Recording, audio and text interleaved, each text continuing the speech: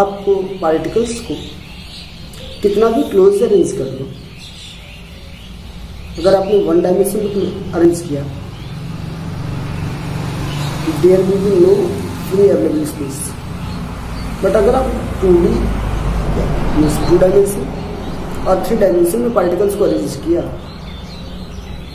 तो कितना भी क्लोज कर लो, इनके बीच में स्पेस तो बच ही जाएगा। और जो फ्री अवेलेबल स्पेस होगा, वो पार्टिकल्स के बीच का जो अवेलेबल स्पेस होगा, वो स्पेस वर्ड्स कहलाएगा। हम बोल सकते हैं the free available space which are present in the 2 dimension और 3 dimension, these space are called voids. A defined structure which were repeated in 3 dimension. एक डिफाइंड स्ट्रक्चर लीजिए और उसको रिपीट करिए, आप बार बार रिपीट कर रहे हैं, बार बार रिपीट कर रहे हैं, तब तक जब तक ये क्रिस्टल का फॉर्मेशन नहीं हो जाता। एक क्रिस्टल फॉर्मेशन के लिए आप किसी भी फंडामेंटल स्ट्रक्चर को या किसी भी डिफाइंड स्ट्रक्चर को आप रिपीट कर रहे हो 3 डायमेंशन में, तो उस फंडामेंटल स्ट्रक्चर को आप देंगे नाम यूनिट सेल का। हम क्या बोल सकते हैं? A defined structure which were repeated in 3 dimension to find a crystal, this defined structure is called as a unit cell. There is a many types of unit cell, but we are not going to discuss about the unit cells. In this video, we are going to discuss about types of voids. Then, अगर आपने 1 dimension में particles को arrange किया तो कैसे करेंगे आप? एक पार्टिकल, उसके बगल में दूसरा पार्टिकल, उसके बगल में तीसरा पार्टिकल, फिर चौथा, पांचवा, छठा, इस तरह से पार्टिकल्स को अरेंज करेंगे। सॉरी, इस तरह से पार्टिकल्स को आप अरेंज कर देंगे। यहाँ पर कोई फ्री अवेलेबल स्पेस नहीं होगा। रियलिटी तो ये है कि 1 डायमेंशन में पार्टिकल्स को अरेंज किया ही नहीं जा सकता, यहाँ तक कि 2 डायमेंशन में भी पार्टिकल्स को अरेंज नहीं किया जा सकता। ये एक हाइपोथेटिकल प्रोसेस है। हम 3D को बिना 1 डायमेंशन या 2 डायमेंशन के कैसे समझेंगे? इसलिए बस अपने दिमाग में बैठाते हैं, हाँ यार एक पार्टिकल को दूसरे पार्टिकल के बगल में रखा, तीसरे को उसके बगल में रखा, चौथे को उसके बगल में रखा, ऐसा बस सोचते हैं हम लोग। रियलिटी में ऐसा होता नहीं है। 2 डायमेंशन में भी पार्टिकल्स को अरेंज नहीं किया जा सकता। कोई भी सब्सटेंस बनता है जब, तो 3 डायमेंशन में होगा तभी उसको हम देख पाएंगे, अदरवाइज कैसे पॉसिबल होगा? फिर आप खुद से सोच सकते हैं इस बात। तो 1 डायमेंशन में वर्ड्स का फॉर्मेशन हो नहीं सकता। 2 डायमेंशन में जो पार्टिकल्स को अरेंज करेंगे आप, तो 2 डायमेंशन में पार्टिकल्स को 2 तरीके हैं अरेंज करने की। पहला तरीका तो ये है कि एक पार्टिकल जब आपने 1D स्पेस में अरेंज कर दिया, तो उस पार्टिकल के ठीक नीचे दूसरे पार्टिकल को अरेंज करिए। और दूसरा प्रोसेस हुआ कि उसके डिप्रेशन में आप पार्टिकल्स को अरेंज करिए। एक पार्टिकल है, उसके बगल में दूसरा पार्टिकल, फिर तीसरा पार्टिकल, चौथा पार्टिकल, पांचवा पार्टिकल, उसके ठीक नीचे पार्टिकल्स को अरेंज किया आपने। ठीक नीचे अरेंज किया तो एक एक्सिस पे रखा था, दूसरा आपने वाई एक्सिस पे रखा। 2 डायमेंशन में पार्टिकल्स को अरेंज किया आपने, और 2 डायमेंशन में पार्टिकल्स को अरेंज करने के बाद आपने देखा यार कि यहाँ पर एक स्क्वायर प्लेनर अरेंजमेंट बन चुका है। अब स्क्वायर प्लेनर अरेंजमेंट की वजह से इस प्रकार के वर्ड्स को आप क्या नाम देते हैं? इस प्रकार के वर्ड्स को आप नाम देते हैं square planar words.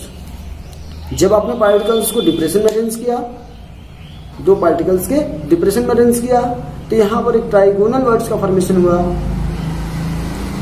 Trigonal words का फॉर्मेशन हुआ, और इस ट्राइगोनल वर्ड्स का कोऑर्डिनेशन नंबर 3 होगा। जबकि स्क्वायर प्लेनर वर्ड्स का फॉर्मेशन करते समय 4 पार्टिकल्स वर्ड्स का फॉर्मेशन कर रही थी, और वहां पर वर्ड्स का नंबर, कोऑर्डिनेशन नंबर क्या हुआ? 4 हुआ। वर्ड्स के फॉर्मेशन के समय तो एटम्स के डिप्रेशन में 3rd एटम को रखा जाता है, जिसे ट्राइंगुलर वर्ड्स का फॉर्मेशन होता है। अब 3D डायमेंशन में हमें क्या करना है? 3D डायमेंशन में हमें क्या करना है? ट्राइंगुलर वर्ड्स में जो वर्ड्स का फॉर्मेशन हुआ, इसके ऊपर चौथे एटम को रखिए। एक तो आपने पहले 1 डायमेंशन रखा था, 2 डायमेंशन में रखते समय आपने क्या किया? 2 डिप्रेशन पार्टिकल्स रखा, और 3 डायमेंशन में पार्टिकल्स को जब रखना है तो जेड एक्सिस में पार्टिकल्स को रखते समय आप क्या ध्यान देने वाले हैं कि जो वर्ड फॉर्मेशन हुआ है उस वर्ड के ऊपर पार्टिकल्स को रखते हैं। जस्ट एज्यूम दैट कि आपके पास 4 बॉल है, और उनको आपने ट्राइंगल के शेप पे रख दिया। मतलब 2 बॉल आपने क्लोज रखे, और 3rd बॉल को आपने डिप्रेशन पे रखा। उसके 4th बॉल आप जो ला रहे हैं, उस 4th बॉल को आप ऊपर रखेंगे, जो वॉइड्स बना हुआ है, जो बीच का स्पेस बना हुआ है, उस स्पेस पर चौथे बॉल को रख रहे हैं आप, और इनके सेंटर को आप मिला रहे हैं। इन चारों बॉल के सेंटर्स को आप मिला रहे हैं। बीच में जो फ्री स्पेस बचा हुआ है, उस फ्री स्पेस को आप नाम देंगे टेट्राहेड्रल वॉइड का। इसको आप क्या नाम देंगे? Tetrahedral void. और इसके बाद जब आपने पार्टिकल्स को